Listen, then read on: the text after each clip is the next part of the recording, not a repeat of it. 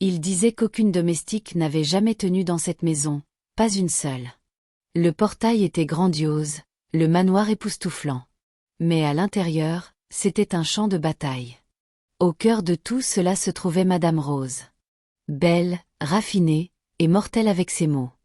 Elle frappait sans prévenir. Elle criait sans pitié, et ses insultes pouvaient couper plus profondément qu'un fouet. Elle avait brisé 9 domestiques en 6 mois. Certaines s'étaient enfuies en pleurant. D'autres étaient parties avant l'aube. L'une avait même sauté la clôture arrière pieds nus. Puis Naomi entra, peau sombre, silencieuse, portant rien d'autre qu'un sac en nylon et un feu dans les yeux. Elle n'était pas là pour fuir. Elle n'était pas là pour plaire. Elle avait une fille malade. Rien à perdre. Et une arme que Madame Rose n'avait jamais affrontée auparavant. Ce que Naomi fit dans cette maison ne changea pas seulement sa vie. Cela brisa l'inflexible Madame Rose. Le manoir sur Bishop Admi Drive, à Banana Island, était le genre d'endroit où les gens ralentissaient pour l'admirer. Un portail noir imposant, une allée impeccable. Des voitures si bien polies qu'elles capturaient le soleil comme des miroirs. Mais derrière cette façade parfaite, l'air était lourd. Le personnel se déplaçait comme des ombres. La femme de ménage évitait tout contact visuel. Même Mama, une cuisinière qui avait autrefois cuisiné pour des présidents, mesurait chaque pas comme si elle craignait de troubler le silence. Ce silence avait une source. Une seule personne, Madame Rose Richard. Certains l'appelaient Madame Glace, d'autres Madame Perfection. Et quand elle passait, les employés plus âgés murmuraient un nom à voix basse, un nom qu'ils n'osaient pas prononcer en sa présence. À 33 ans, Madame Rose semblait tout droit sortie d'un magazine de mode, grande, à la peau claire, toujours habillée comme si un tapis rouge l'attendait, même pour aller au jardin. Son parfum persistait longtemps après son départ d'une pièce. Ses mots, encore plus longtemps. Elle ne donnait pas simplement des instructions, elle ordonnait. Elle ne se contentait pas de discipliner. Elle frappait, d'une gifle ou d'une phrase assez tranchante pour laisser des blessures invisibles. Dans cette maison, son opinion faisait loi. Et en seulement 6 mois, 9 domestiques avaient franchi ce même portail noir pour partir.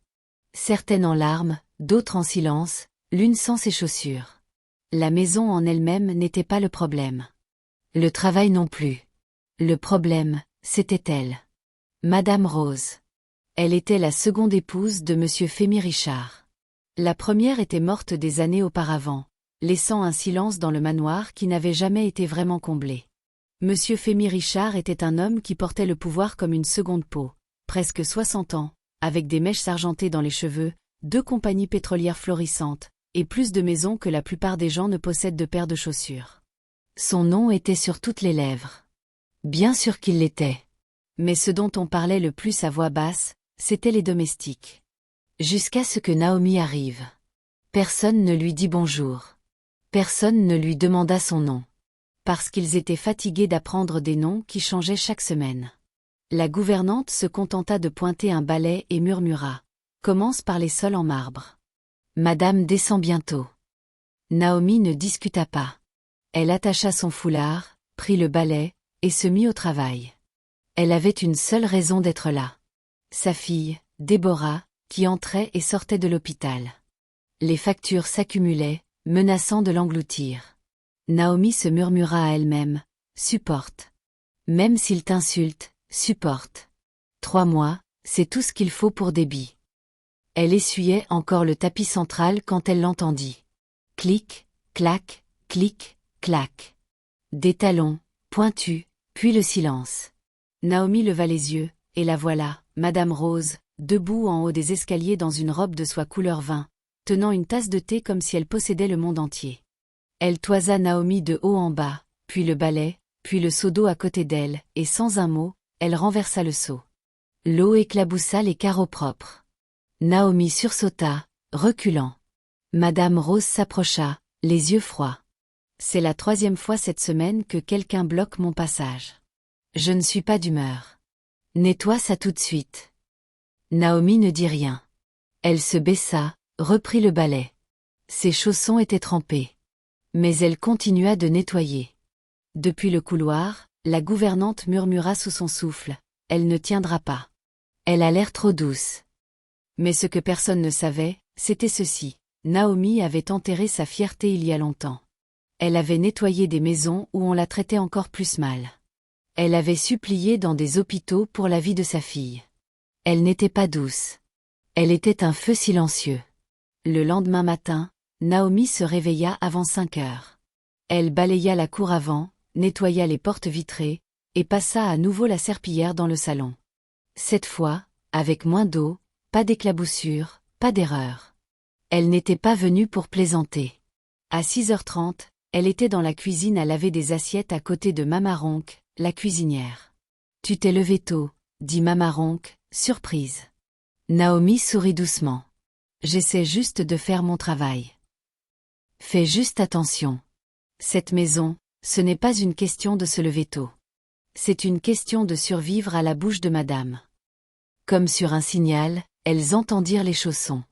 Doux, contrôlés, furieux. Madame Rose entra dans la cuisine, une robe de soie nouée étroitement autour de la taille, son téléphone à la main. « Où est mon eau citronnée ?» demanda-t-elle sèchement. Mama Ronk se précipita. « J'allais juste. »« Je ne te parlais pas, » coupa-t-elle, tournant son regard vers Naomi. Naomi s'essuya les mains et s'inclina légèrement. « Je vais la chercher tout de suite, ma. » Madame Rose plissa les yeux. À température ambiante, pas froide, pas chaude, juste parfaite. Tu comprends? Oui, ma. Parce que si je prends une gorgée et que ma gorge a l'impression d'entrer dans un sauna, tu regretteras ta vie. Naomi hocha la tête. Oui, ma. Elle prit un verre, versa de l'eau du distributeur, et ajouta soigneusement 2 tranches de citron. Elle marcha lentement, les mains stables, les pieds silencieux, montant les escaliers en marbre jusqu'à la chambre de Madame Rose. Elle frappa. Ma, votre eau. Entre. La chambre était impeccable. Des rideaux dorés, des flacons de parfum scintillant sur une coiffeuse. Un petit chien blanc était assis sur le lit comme un roi. Naomi posa le plateau doucement sur la table d'appoint. Madame Rose ne dit pas merci. Elle prit le verre, but une gorgée, s'arrêta. Le cœur de Naomi battait vite.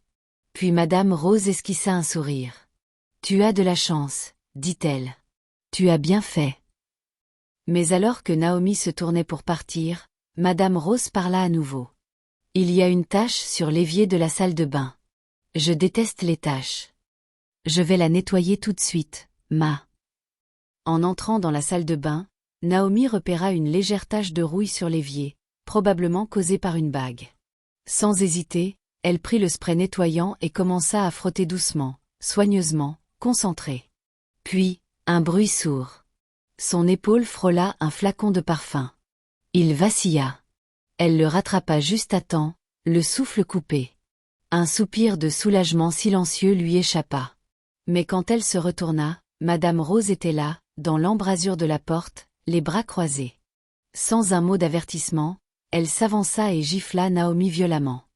La tête de Naomi tourna sous la force du coup.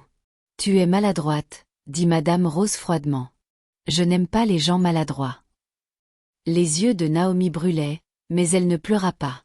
Elle baissa la tête et murmura « Je suis désolée, ma. » Puis, doucement, elle reposa le flacon de parfum parfaitement aligné avec les autres, les mains tremblantes, l'esprit stable. « Tu nettoieras la chambre d'amis ensuite, » dit Madame Rose, s'installant déjà dans son lit, téléphone en main. « Et repasse le drap sur le lit. Je n'aime pas les plis. » Naomi hocha la tête. « Oui, ma. » En quittant la pièce, Monsieur Fémy se tenait dans le couloir. Barbe grise, chemise impeccablement repassée, visage calme. Il avait tout entendu. Leurs yeux se croisèrent. Il ne parla pas, mais Naomi pouvait le voir. Cette petite lueur dans ses yeux. De la pitié. Mais elle n'avait pas besoin de pitié. Elle avait besoin de ce salaire. Elle passa devant lui sans un mot et se dirigea directement vers la chambre d'amis. Car dans le cœur de Naomi, une chose était claire. Elle ne partirait pas. Pas tant que sa fille ne pourrait pas vivre. Au 3e jour, tout le monde dans la maison observait. Naomi n'avait pas pleuré. Elle n'avait pas crié. Elle n'avait pas fait ses bagages pour s'enfuir comme les autres. Mais Madame Rose n'avait pas fini. Loin de là. Elle n'aimait pas être ignorée. Elle n'aimait pas être étudiée. Et quelque chose dans le silence de Naomi ressemblait à de la défiance. Alors, elle augmenta la pression. D'abord, ce furent les uniformes disparus. Naomi venait de finir de nettoyer la chambre d'amis. En retournant dans ses quartiers, elle trouva son uniforme envolé. Tout ce qui restait dans l'armoire était une nuisette en dentelle transparente qui, de toute évidence, ne lui appartenait pas. Naomi ne dit rien. Elle sortit en portant un vieux t-shirt et son propre pagne. La gouvernante s'exclama « Tu vas sortir comme ça ?» Naomi répondit simplement « C'est propre. C'est décent. Ça suffit. » Plus tard ce jour-là, Madame Rose descendit, la regarda et sourit.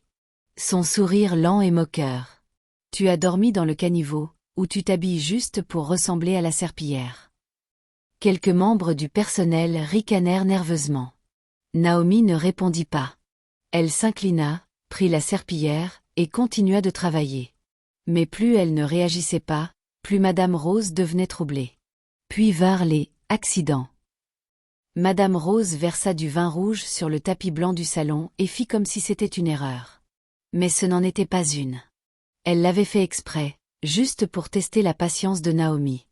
Naomi ne posa pas de questions. Elle ne se plaignit pas. Elle prit calmement une serviette et commença à nettoyer.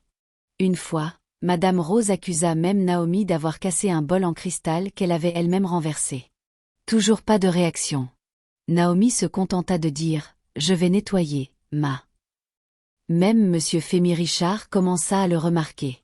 Un soir, il était assis tranquillement dans le jardin avec son journal quand il vit Naomi balayer près des fleurs. Son pagne était déchiré au bord. Son visage semblait fatigué, mais ses mains étaient fermes. « Naomi, c'est ça ?» demanda-t-il, la voix basse. « Oui, monsieur », répondit-elle, s'arrêtant pour le saluer correctement. « Est-ce qu'on te traite bien ici ?» demanda-t-il prudemment. Elle marqua une pause, puis sourit. « On me traite comme la vie traite beaucoup d'entre nous, monsieur. Mais ça ira. » Il cligna des yeux. Cette nuit-là, Monsieur Fémy regarda Rose et dit « Pourquoi cette fille est-elle encore là ? Avec la façon dont tu l'as traitée, la plupart des gens auraient déjà abandonné. » Rose prit une gorgée lente de son vin, sourit légèrement et dit « Elle est encore utile. C'est pourquoi elle est là. » Mais même elle pouvait le sentir. L'énergie dans la maison avait changé. Naomi ne ripostait pas avec des mots ou des larmes. Elle ripostait avec sa présence, sa patience, cette dignité silencieuse et inébranlable qu'on ne peut pas acheter au marché.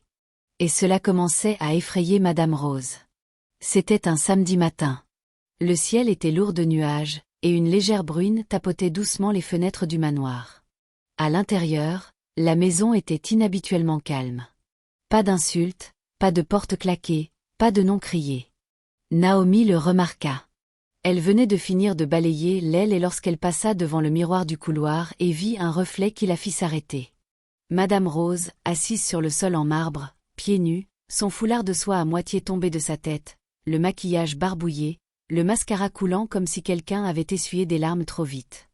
Naomi se figea. Elle n'avait jamais vu cette femme avoir l'air humaine. Madame Rose ne l'avait pas encore vue.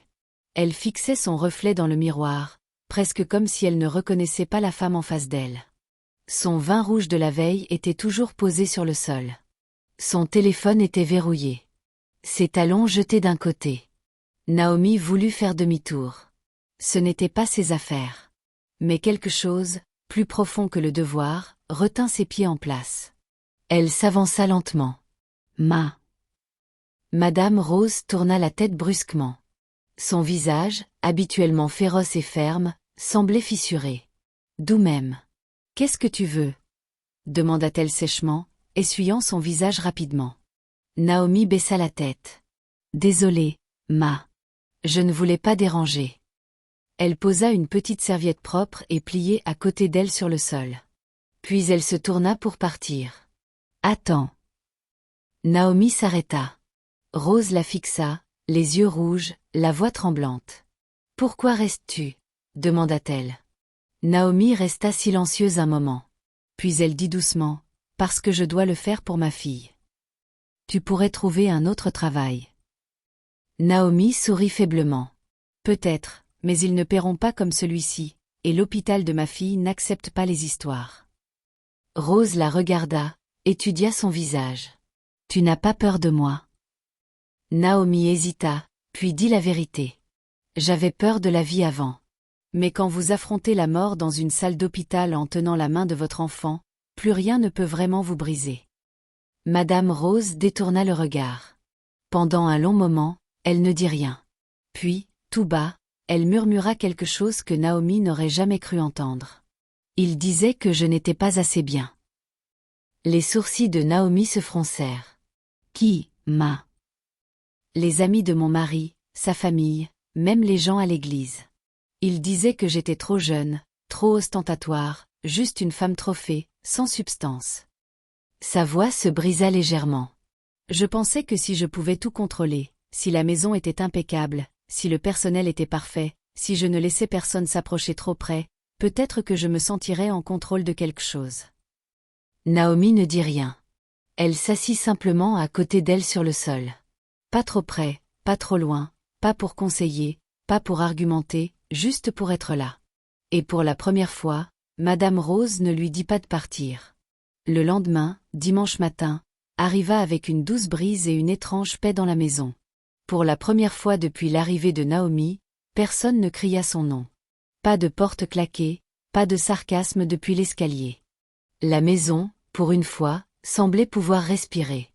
Naomi balayait le porche avant, fredonnant doucement un chant gospel que sa mère chantait autrefois quand la vie était lourde. Elle ne remarqua même pas Madame Rose debout derrière elle, l'observant. « C'est un chant gospel ?» demanda Rose, la voix calme. Naomi se tourna, surprise. « Oui, ma. D'il y a longtemps. » Puis, sans un mot de plus, Madame Rose se retourna et rentra. Pas d'insulte, pas d'avertissement, juste une présence. Le personnel le remarqua immédiatement. Dans la cuisine, Mama Ronk murmura au steward. « Elle vient de passer devant moi sans crier à propos du poivre. » Il hocha la tête. Elle a même dit bonjour. Musa, le gardien, demanda à Naomi cet après-midi-là. « Qu'est-ce que tu as donné à madame à manger ?» Elle souriait ce matin. Naomi sourit légèrement. Parfois, les gens n'ont pas besoin de nourriture. Ils ont juste besoin que quelqu'un ne parte pas. Ce soir-là, quelque chose d'étrange se produisit. Naomi entra dans la chambre principale avec une tasse de thé, la routine habituelle. Mais cette fois, Madame Rose n'était pas au téléphone. Elle ne donnait pas d'ordre ni ne se faisait les ongles. Elle était assise près de la fenêtre, tenant une petite photo encadrée de Monsieur Fémy Richard et de sa défunte première épouse. Son expression était indéchiffrable. Naomi posa le thé doucement sur la table d'appoint. « Merci, » dit Madame Rose tout bas. Naomi se figea. Ce n'était pas seulement qu'elle avait dit merci. C'était la façon dont elle l'avait dit. Comme quelqu'un qui lâche un lourd fardeau. « Tu es la première domestique qui n'a pas essayé de m'impressionner, » ajouta-t-elle après un moment. « Tu as juste fait le travail. » Naomi parla doucement. « Je ne suis pas ici pour impressionner, ma. Je suis ici pour survivre. » Rose la regarda à nouveau, vraiment cette fois. « Tu as traversé beaucoup de choses, n'est-ce pas ?» Naomi sourit tristement. « Comme tout le monde, ma. Certains le cachent juste mieux. » Madame Rose hocha lentement la tête. Puis, à la stupéfaction de Naomi, elle dit « Demain, prends la journée. Va voir ta fille. Je paierai le transport. » Les yeux de Naomi s'écarquillèrent. « Ma, tu m'as entendu. Va la voir. Reviens le soir. » Naomi cligna des yeux. Cela faisait 3 semaines qu'elle n'avait pas vu son enfant. Elle n'avait pas demandé de congé parce qu'elle avait trop peur. « Merci, » murmura-t-elle, la voix presque brisée. Madame Rose se tourna vers la fenêtre. « Ne me remercie pas. Continue juste d'être toi. » Le lendemain matin, Naomi se tenait au portail du manoir, tenant une petite enveloppe blanche. À l'intérieur, 20 000 néras enveloppés dans du papier de soie, soigneusement pliés. Madame Rose l'avait placée à côté de son plateau de petit déjeuner avec une note qui disait « Pour le transport et ce dont elle pourrait avoir besoin ». Les mains de Naomi tremblaient en la tenant. Ce n'était pas seulement l'argent. C'était la gentillesse, douce, silencieuse, presque timide. Elle prit un cake d'Ikoyi à Surulré. Puis un bus jusqu'à l'hôpital de Macha où sa fille Déborah avait passé les 2 dernières semaines sous observation discrète. Déborah avait 9 ans, mince, douce. Sa maladie cardiaque la rendait fragile, mais son sourire était un rayon de soleil dans les jours les plus sombres. Quand Naomi entra dans la salle, Déborah leva les yeux. « Maman !» Naomi se précipita vers elle et s'agenouilla près du lit, la serrant fort. « Ma chérie, tu m'as manqué. » Elles restèrent assises ensemble un moment, Naomi nourrissant doucement sa fille de bouillie et lui racontant des histoires. Pas de douleur, pas de lutte, mais d'espoir. Puis Naomi sortit un petit ruban coloré, bon marché, qu'elle avait acheté sur la route. « Regarde ce que je t'ai apporté. » Déborah sourit. « Maman, tu as dit que tu me ramènerais à la maison quand tu aurais de l'argent. C'est bientôt ?» Naomi marqua une pause. Elle prit la petite main de Déborah et murmura « Très bientôt, mon amour. Dieu nous aide. Tiens bon. » Ce qu'elle ne savait pas, c'est que Madame Rose avait appelé son chauffeur pour vérifier discrètement où elle était allée. Pas par suspicion. Par curiosité. Quand le chauffeur revint, il dit simplement « Elle est allée à l'hôpital à Surulré. Sa fille est là-bas. Les infirmières la connaissent. » Madame Rose ne répondit pas. Elle hocha juste la tête, puis retourna dans sa chambre. Cette nuit-là, en brossant ses cheveux devant sa coiffeuse, elle fixa son reflet dans le miroir. Longtemps, elle pensa au visage calme de Naomi. À la manière dont ses mains tremblaient légèrement quand elle servait le thé, à la manière dont elle ne se plaignait jamais, à sa fille, malade mais souriante. Elle pensa à elle-même, à la femme qu'elle était devenue, aux choses pour lesquelles elle n'avait jamais dit pardon. Et puis elle pleura, pas fort, juste 2 larmes, silencieuses, mais c'étaient les premières depuis des années. Le lundi matin arriva comme n'importe quel autre. La lumière du soleil filtrait à travers les longs rideaux blancs. La cuisine bourdonnait doucement pendant que Maman Ronk remuait une sauce dans une casserole. Mais quelque chose avait changé, comme si l'air lui-même avait expiré. Pour la première fois en semaine, Naomi entra dans la maison sans ce poids sur les épaules. Elle avait de nouveau tenu sa fille. Elle avait vu son sourire, et d'une certaine manière, elle avait vu un autre côté de Madame Rose. En attachant son tablier et en prenant son balai, la gouvernante passa et s'arrêta. « Tu es vraiment revenue ?» demanda-t-elle, surprise. Naomi sourit. « J'ai dit que je le ferais. » Depuis l'étage, la voix de Madame Rose retentit, mais plus douce cette fois. « Naomi, viens, s'il te plaît. S'il te plaît. » Tout le monde dans la maison s'arrêta, comme si quelqu'un avait appuyé sur une télécommande. Naomi monta dans la chambre principale, le cœur stable. Madame Rose était assise à sa coiffeuse, brossant ses cheveux. « Tu es revenue tôt, » dit-elle sans lever les yeux. « Oui, ma. J'ai quitté l'hôpital à 6 heures. » Il y eut une pause. Puis Rose se tourna, tenant une enveloppe blanche. « C'est pour les médicaments de Déborah. » Naomi cligna des yeux. « Ma. Ne discute pas. Prends-la. » Elle lui tendit 50 000 néras en liquide. Les mains de Naomi tremblaient. Elle ouvrit la bouche, mais rien ne sortit. Madame Rose détourna le regard, presque mal à l'aise. « Tu as dit quelque chose ce jour-là, » dit-elle. « À propos de la façon dont la vie peut vous briser jusqu'à ce que plus rien ne vous fasse peur. »« Oui, ma. »« Eh bien, je pense que j'ai combattu les mauvaises personnes. » Naomi la regarda doucement. « La douleur nous pousse à faire des choses, ma, mais elle ne doit pas nous rendre cruels. » Cette phrase resta suspendue dans l'air comme un parfum. Douce, persistante. Plus tard cet après-midi, Madame Rose entra dans la cuisine et appela Maman Ronk par son nom. La vieille cuisinière faillit laisser tomber sa cuillère en bois. « Oui, ma. Ton ragoût sent bon, » dit Madame Rose.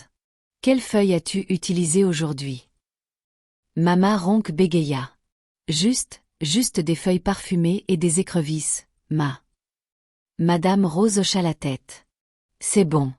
Merci. » Le personnel n'en croyait pas ses oreilles. La peur silencieuse qui planait autrefois dans la maison comme un épais brouillard se dissipait. Même Monsieur Fémy Richard le remarqua ce soir-là. Assis dans le salon en lisant son journal, il observa sa femme passer. Pas de cris, pas d'insulte, pas de regard glacial. Puis il regarda Naomi, qui essuyait soigneusement la table en verre. Il plia son journal et dit « Merci, Naomi ». Naomi leva les yeux, surprise. « Monsieur. » « Pour être resté, dit-il.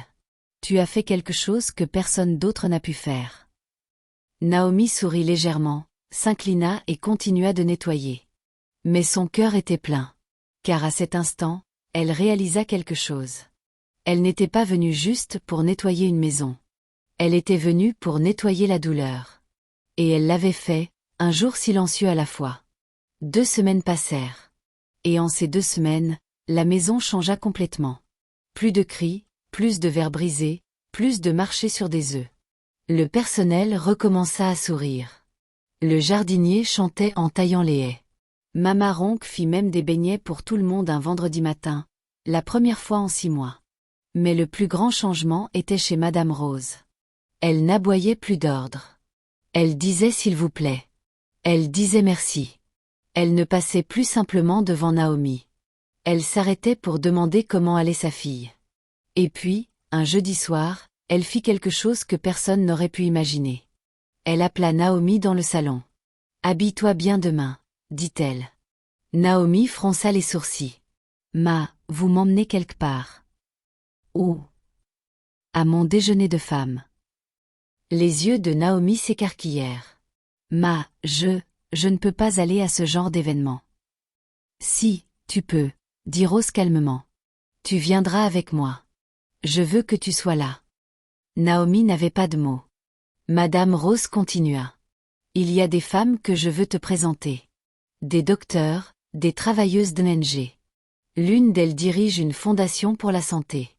Elle pourrait peut-être aider avec le traitement de Déborah. » Les yeux de Naomi commencèrent à briller. « Ma, je n'ai même pas. »« Je t'ai déjà acheté quelque chose, » interrompit doucement Madame Rose. « C'est sur ton lit. » Quand Naomi retourna dans sa chambre, elle était là, une robe douce couleur pêche, simple et élégante, pliée à côté d'un foulard assorti.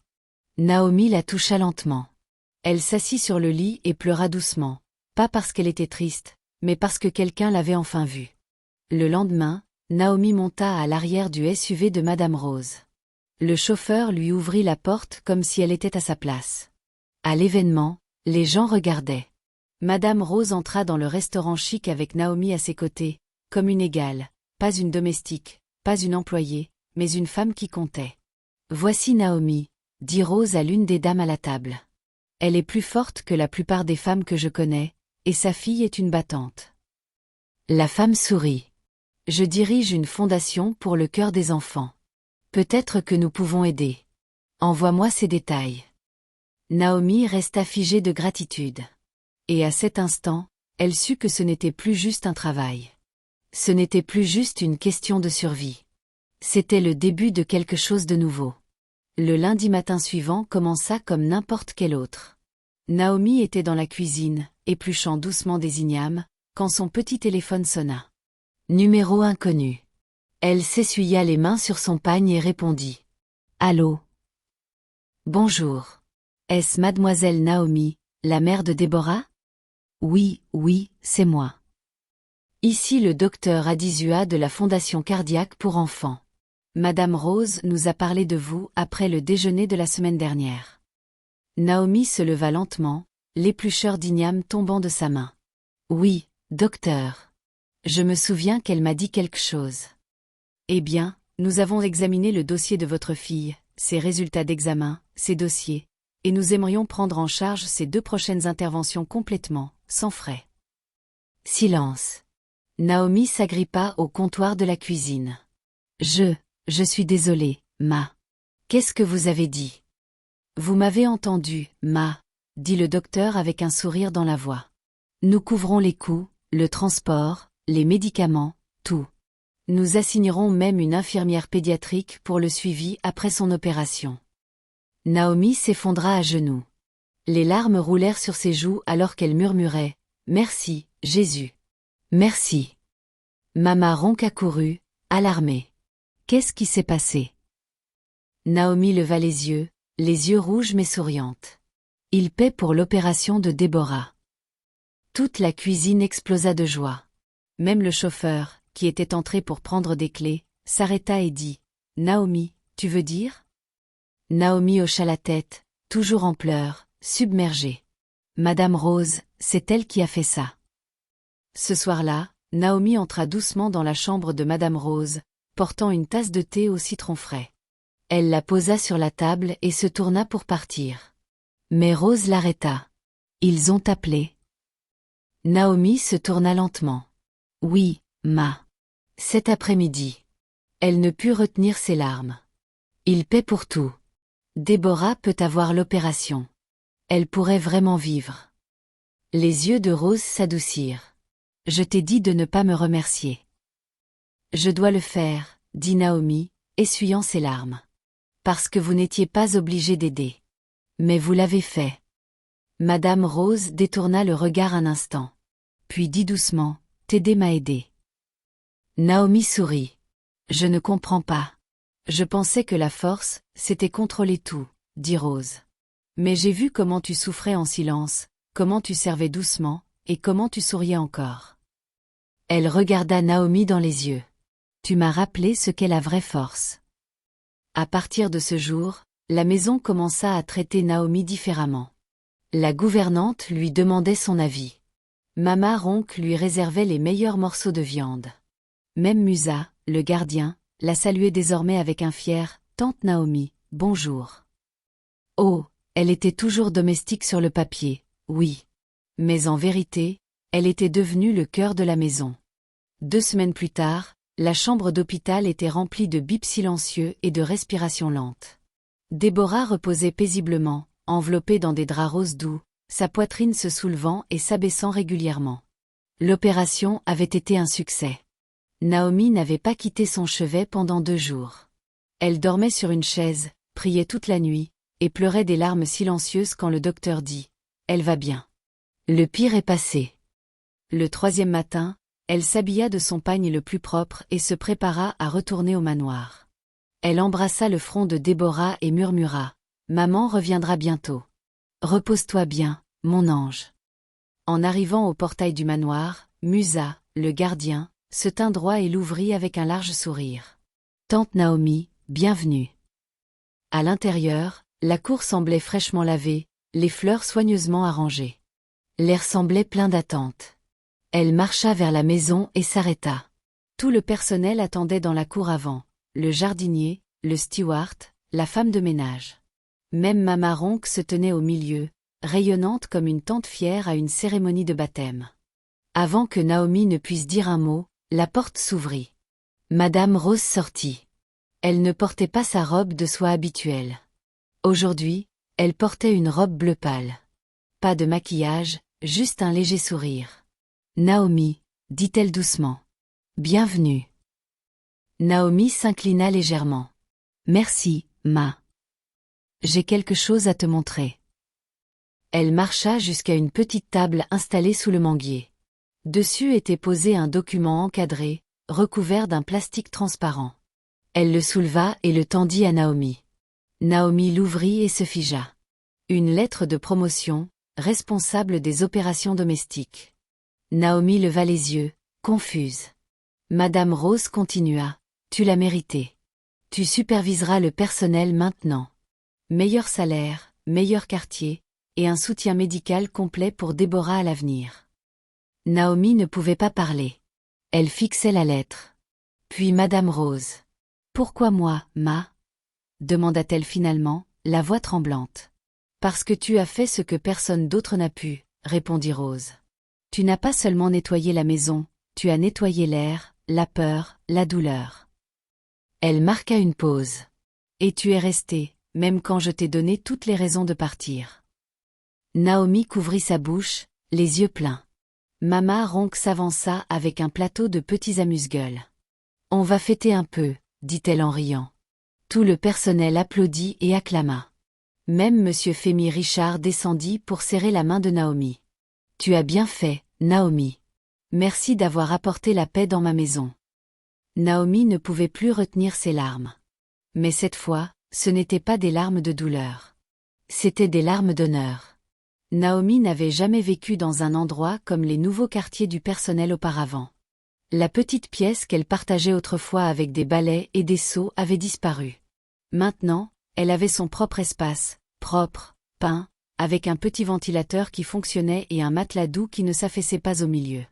Mais ce qui la touchait le plus, ce n'étaient pas les nouveaux quartiers. C'était la façon dont les gens la regardaient maintenant. Pas comme la domestique, pas même comme la survivante, mais comme la femme qui avait apporté la paix. Chaque matin, le personnel la saluait en premier. La gouvernante demandait son avis. Même Musa, le gardien, se tenait plus droit lorsqu'il lui parlait. Mais le plus grand changement était chez Madame Rose. Elle ne criait plus. Elle ne brusquait plus. Elle commença à demander à Naomi des nouvelles de la santé de Déborah, de son école, même de ses couleurs préférées. Mais une nuit, quelque chose de plus profond se produisit. Naomi était dans la cuisine, rangeant des restes, quand Madame Rose entra discrètement. Sans maquillage, sans chaussons, juste sa robe et les pieds nus. « As-tu une minute ?» demanda-t-elle. Naomi hocha la tête. Elles marchèrent ensemble jusqu'à la terrasse arrière. La lune était brillante. Les grillons chantaient doucement dans le jardin. Puis Rose dit, « Sais-tu que j'ai moi aussi été domestique ?» Naomi tourna la tête brusquement. « Ma. J'avais 13 ans, dit Rose, la voix distante. Ma mère est morte. Mon père? Eh bien, ce n'était pas vraiment un père. J'ai fini dans la maison d'un homme riche à Enugu. Sa femme me détestait. Elle ne me frappait pas. Elle ne m'insultait même pas à voix haute. Mais elle s'assurait que je me sente comme un chien errant. » Le cœur de Naomi se serra. Je me suis promis qu'un jour, je serais la madame, que je ne serais plus jamais faible, que personne ne me traiterait plus jamais comme une moins que rien. Elle détourna le regard, une lueur de honte dans les yeux. Je suis devenue forte, froide, tranchante. Je pensais que c'était le pouvoir. Mais quand je t'ai rencontré, j'ai vu autre chose. Naomi écouta en silence. Tu m'as rappelé la fille que j'avais enterrée. La fille qui pleurait en silence tout en nettoyant le sol de quelqu'un d'autre. Tu n'as pas combattu avec de la fierté. Tu as combattu avec de la patience. Il y eut une longue pause. Puis Rose ajouta doucement, « Je suis désolée pour tout. » Naomi tendit la main et posa doucement sa main sur celle de Madame Rose. Et pendant un moment, elles restèrent assises là, deux femmes de mondes différents, unies par la douleur, adoucies par la compréhension. Naomi murmura, « Parfois, Dieu ne nous fait pas traverser le feu pour nous brûler. Il nous fait traverser pour que nous soyons une lumière pour ceux qui sont encore dans l'obscurité. » Madame Rose hocha la tête, des larmes glissant silencieusement sur sa joue. Elle ne les essuya pas. Elle les laissa couler, car cette fois, elle la guérissait. C'était un vendredi matin lumineux quand Déborah rentra à la maison. Naomi se tenait au portail, les mains tremblantes de joie alors que le taxi s'arrêtait. À l'intérieur, sa fille était assise, portant une robe jaune, les joues plus rondes, le sourire plus éclatant. Une petite cicatrice près de sa poitrine était la seule preuve de ce qu'elle avait surmonté. « Maman !» Naomi ouvrit la portière et serra sa fille dans ses bras. Elle ne pleura pas. Elle la serra fort, respirant l'odeur de savon et d'espoir. Mais ce à quoi Naomi ne s'attendait pas, c'était ceci, toute la maison attendait. Sous le manguier, une petite table avait été dressée. Du jus, du chinchin, et des beignets sur des plateaux propres. Mama Ronk avait préparé du riz jollof avec des plantains frits. La femme de ménage avait sorti des chaises en plastique. Même Musa avait accroché des ballons faits de gants gonflés. Et au milieu de tout cela, portant une robe rose douce et un sourire éclatant, se tenait Madame Rose. Elle s'approcha de Déborah, s'agenouilla à côté d'elle, et lui offrit un petit cadeau emballé. « C'est un livre d'histoire, » dit-elle. « Naomi m'a dit que tu aimais lire. J'ai pensé qu'on pourrait en commencer un ensemble. » Déborah le prit timidement. « Merci, ma. » Rose sourit. « Appelle-moi tante Rose. » Naomi observa la scène, les yeux pleins. Il était une fois, elle avait été giflée pour avoir renversé de l'eau. Maintenant, les mêmes mains peignaient doucement les cheveux de sa fille. Monsieur Fémy Richard s'avança ensuite, se raclant la gorge. « Je ne parle pas beaucoup dans cette maison, mais je dois dire ceci, Naomi. Tu nous as rappelé ce qu'est la vraie force. Il se tourna vers Déborah. Tu es toujours la bienvenue ici, ma chère. C'est ta deuxième maison maintenant. Tout le personnel applaudit. Déborah sourit largement. Naomi se tourna vers Madame Rose et murmura « Je ne sais pas comment vous remercier. » Rose secoua la tête. « Tu l'as déjà fait. Tu n'es pas partie. » Alors que le soleil montait plus haut et que les rires remplissaient la cour, une chose devint claire. Le manoir sur Bishop Admy Drive, autrefois connu pour son silence et ses cris, résonnait maintenant de quelque chose de différent. De la joie, de la famille, de la lumière. Et tout cela avait commencé parce qu'une femme n'avait pas abandonné. Des semaines passèrent. Déborah devenait plus forte. Elle riait plus, mangeait bien. Parfois, elle suivait Naomi au manoir, s'asseyant tranquillement avec un livre pendant que sa mère travaillait. La maison avait changé. Les sols en marbre froid résonnaient maintenant de petits pas et de rires. Les murs qui portaient autrefois la peur portaient maintenant de la chaleur. Et Madame Rose, elle changea le plus. Elle commença à apprendre à Déborah comment plier des serviettes et arroser le jardin. Elle souriait plus, écoutait plus, et de temps en temps, elle s'asseyait avec Naomi sous le manguier. Sans titre, sans fierté, juste de femme à femme. Un soir, alors que le soleil peignait le ciel en or, Naomi était assise avec Déborah sur ses genoux, fredonnant doucement en épluchant des oranges. Madame Rose sortit avec 2 tasses de zobo et en tendit une à Naomi. Puis elle dit quelque chose qui resterait à jamais avec Naomi. « Tu sais, le jour où je t'ai giflé, j'étais sûre que tu partirais comme les autres. Je voulais que tu partes. Je ne supportais pas que quelqu'un voie qui j'étais vraiment sous toute cette fierté. » Naomi la regarda doucement. « Et maintenant ?» Rose sourit. « Maintenant, je remercie Dieu que tu ne sois pas partie. » Elle prit une gorgée, puis ajouta « Tu n'étais pas juste une domestique dans cette maison. Tu étais le miroir que j'avais trop peur de regarder et le réconfort dont j'ignorais avoir besoin. » Naomi essuya une larme de sa joue et murmura « Et vous avez donné une seconde chance à ma fille. Je ne l'oublierai jamais. » Alors que la brise du soir faisait osciller les arbres et que les rires résonnaient depuis la cuisine, Naomi ferma les yeux et respira la paix. Elle était venue dans cette maison avec rien d'autre que de la douleur, du silence, et un sac en nylon. Maintenant, elle avait du respect, elle avait de l'honneur. Elle avait de l'espoir. Et elle était devenue la femme que personne ne pouvait oublier. Pas parce qu'elle s'était battue, pas parce qu'elle avait crié, mais parce qu'elle était restée. Et en restant, elle avait guéri. Parfois, les personnes les plus fortes ne font pas de bruit. Elles ne donnent pas de coups de poing ni n'élèvent la voix. Elles restent simplement. Et en restant, elles changent tout. Si l'histoire de Naomi vous a touché, faites-le nous savoir dans les commentaires. D'où dans le monde regardez-vous? Et n'oubliez pas de vous abonner à Contes Populaires par Olivia pour d'autres histoires émouvantes, dramatiques et inoubliables. À la prochaine, restez bienveillants, restez forts, et continuez de regarder.